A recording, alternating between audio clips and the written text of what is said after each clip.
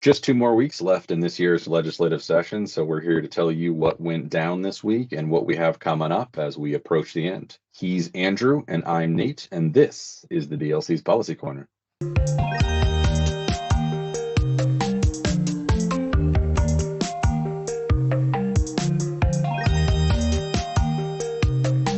A big focus for this week was Representative Rammer's HB 463. We mentioned this one last week, and this one was one that requires the state to take certain actions to cut costs in Medicaid if the state experiences a shortfall in Medicaid funding. We told you a substitute was coming, and it did. Unfortunately, aside from some minor tweaks to what would qualify as a Medicaid shortfall, the bill is still really concerning. We sent out an action alert for folks to contact the House Business and Labor Committee, and we sent them our opposition, but the bill still got out of committee.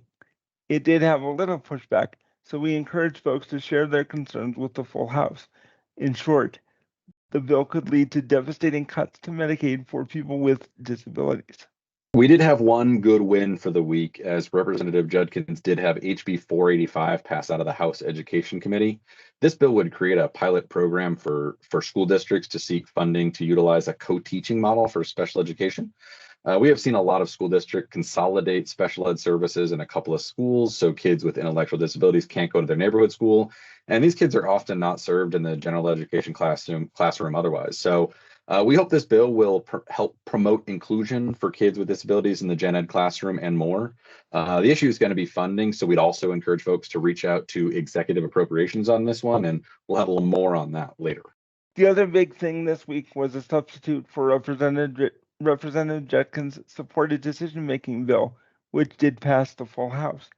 The substitute makes some changes to the Guardianship Bill of Rights for a limited population if they had a full guardianship in place prior to the effective date of the bill, in order to address some concerns from parents. We're still working through some of the language, and we're hopeful this can get through the Senate. We'll keep you posted. We also just got some breaking news while we were filming. Representative Judkins' HB 139, the mental health treatment study, just passed the House. This is the bill focused on the needs of those with serious mental illness that we hope will complement the Behavioral Health Master Plan. And now both of those bills are in the hands of Senator Vickers. So we have high hopes for it in the Senate. We also had a good bill from Senator McKell in SB 229, which makes some good changes for the Division of Licensing in the Department of Health and Human Services. The bill increases some of the penalties, expands what facilities would be covered, and increases visits. As our report from the past summer illustrated, the state was not providing appropriate oversight for long-term care facilities.